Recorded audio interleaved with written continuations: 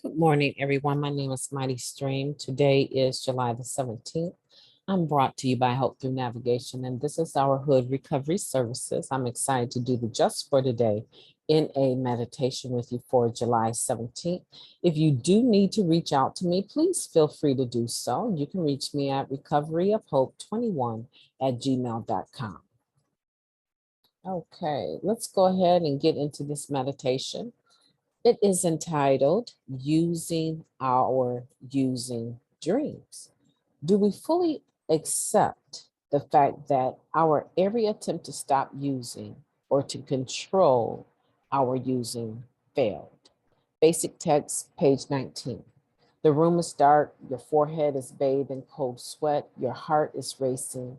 You open your eyes, sure that you've just blown your clean time. You've had a using dream, and it was just like being there. The people, the places, the routine, the sick feeling in your stomach, everything. It takes a few moments to realize it was just a nightmare, that it didn't actually happen. Slowly, you settle down and return to sleep. The next morning is the time to examine what really happened the night before. You didn't use last night, but how close are you to using today? Do you have an illusion about your ability to control your using? Do you know without a doubt what would happen once you took the first drug? What stands between you and a real live relapse? How strong is your program? Your relationships with your sponsor, your home group, and your higher power. Using dreams don't necessarily indicate a hole in our program. For a drug addict, there's nothing more natural than to dream of using drugs. Some of us think of using dreams as gifts from our higher power, vividly reminding us of the insanity of active addiction and encouraging us to strengthen our recovery. Seen in that light, we can be grateful for using dreams. Frightening as they are, they can prove to be a great blessing if we use them to reinforce our recovery. Just for today, I will examine my personal program. I will talk with my sponsor about what I find and seek ways to strengthen my recovery. That's a deep meditation, not one that I was excited to read, just because I am finding, if I'm being completely 100% transparent, I am finding that on social media, various forms of social media, that I can experience mood swings depending on what I'm reading and seeing.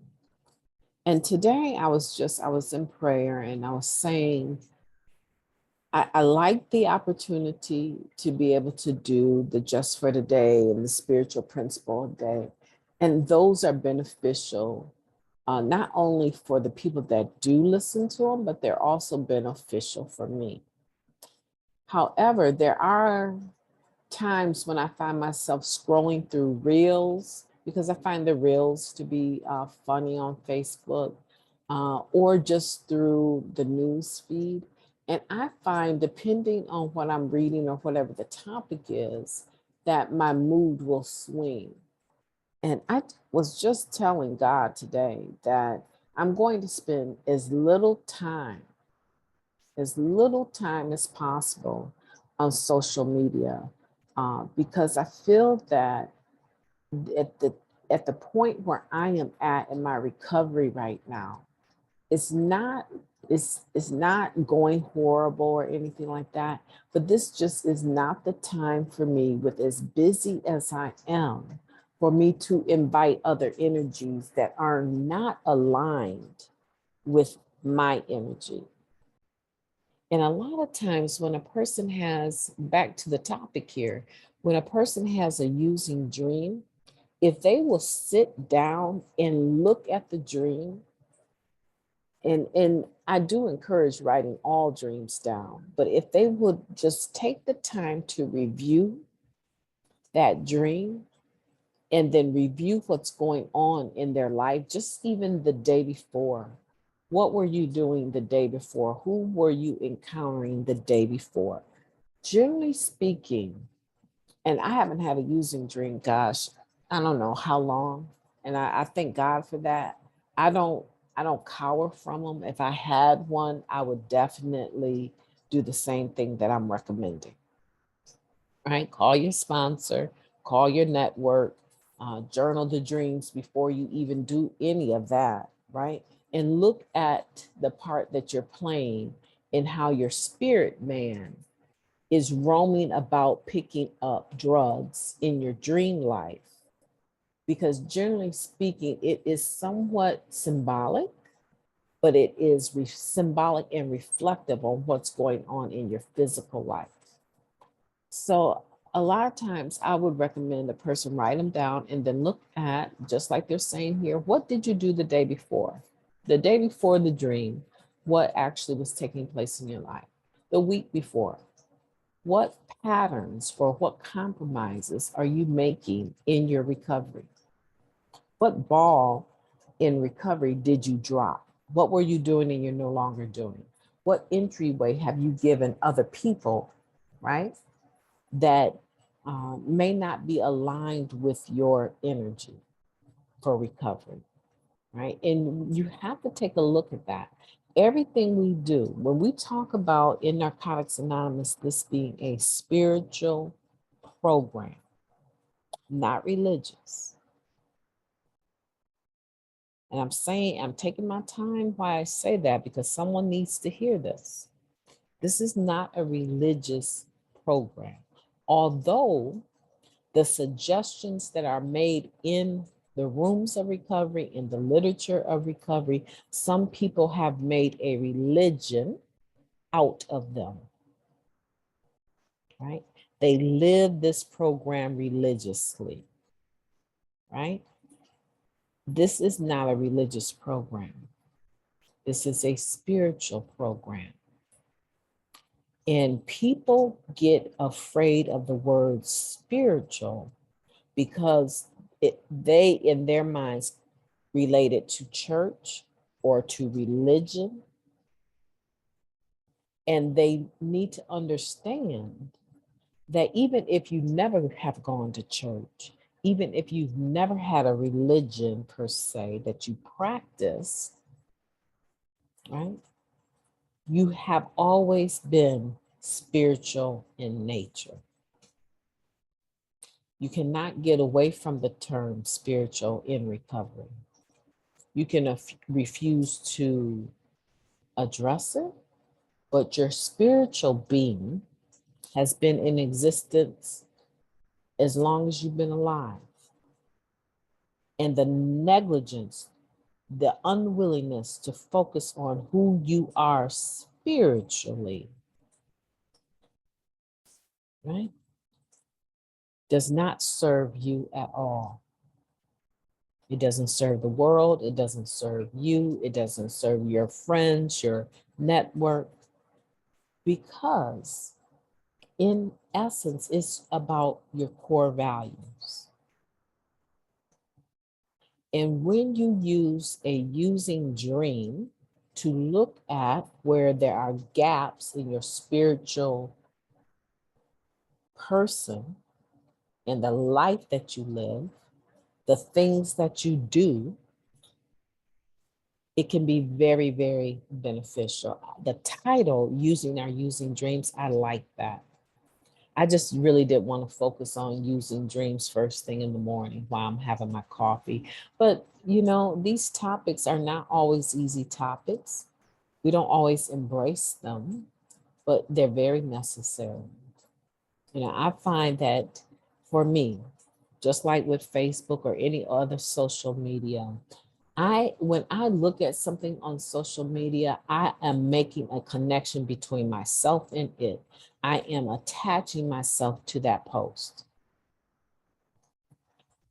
Otherwise, it would not have any effect on my mood. Start paying attention. Pay attention to what you let into your energy and how it affects your mood. And if you look at your using dream and you look at what you're doing or not doing, the life that you are living, the people you are engaging, and you see that there's room for improvement, it would behoove all of us to make the improvements. Sometimes it just means that one particular person um, is not supposed to be in our daily life. Sometimes we have to shut a door on a relationship if we want to be, because you know what? If they're bringing that much negative energy to you, 9 times out of 10, your perception is pretty good. And they just may not be a healthy individual. Hurt people, right? So to continually embrace and to interact with these negative, depressing, using energies by choice, and it has absolutely nothing to do with doing service work, because you could do service work and help the still suffering addict in the spirit of the 12th step without having to it include, I want to say include that energy on your day-to-day life. In fact, it's not wise, right? How can the two go together? You're in recovery and they're not, and you wonder why they have no problem using in front of you or coming to your home and they're high, right? And God before forbid if they're living in your home and they're using. No wonder you're having using dreams. Right? So we want to take a look at that. We want to look at our lives as spiritual, and that everything that we come in contact with, every interaction can have an effect on our spiritual energy. And as I was saying, it's impossible to be in recovery and not consider what we're doing and how it affects us spiritually. You can avoid the term spiritual all day long if that's what you want to do, but that is not going to stop you from being a spiritual being. That is not going to stop the energy of these spiritual principles or the lack of them from flowing through your life. It is a part of who we are as human beings. And it's really beautiful when you embrace it, you nurture it, and you take care of it. Today, I'm about bringing hope to the hopeless. Today, I'm about showing individuals by my lifestyle that hope changes everything. So I hope for you, as well as I do for me and myself and my family, that today is a hope-filled life. Hope through navigation is actually about the 12th step. It's about helping other people, no matter where they're at, find hope in their lives. I'm the messenger, right? And the message is hope. That any addict can stop using, lose the desire to use, and find a new way of life. My assignment, I understand it clearly, whether I was with Hope through navigation during Hood Recovery Services or not. If you look at my credentials, if you look at my, I don't say legacy, but if you look at who I've been in this world, by and far, you would have to say that this is a woman that believes in helping other people become hopeful. And that's what I'm aiming to do for you today, is to tell you and to show you that by looking at your dream life, you can get some direction. You can navigate your life in the direction of hope just by looking at your dream life. Your dream life is that spiritual window that allows you to analyze what type of things, the ebb and flow of different energy, negative and positive, the ebb and flow of spiritual principles, same thing as energy, coming in and out of your life in the physical sense. And then that unseen spiritual sense, it may be unseen, but it is not unfelt. And if you don't check it, it will be seen. It will show itself in your physical life, right? It will be seen. A using addict can only fool us for a certain amount of time.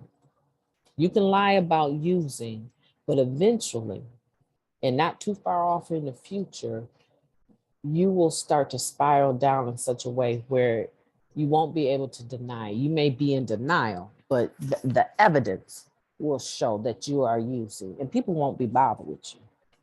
People will not be bothered with you because they don't want to open themselves up to the type of losses that come from interacting with a using person, right? Because our perception is off at that point. And we will take advantage of anything and everyone. And so hopefully today, you're going to take this meditation seriously and you're going to put some action behind it. My name is MightyStream, and I've enjoyed doing the Just for Today in a meditation with you for July the 17th, and I will be talking to you tomorrow.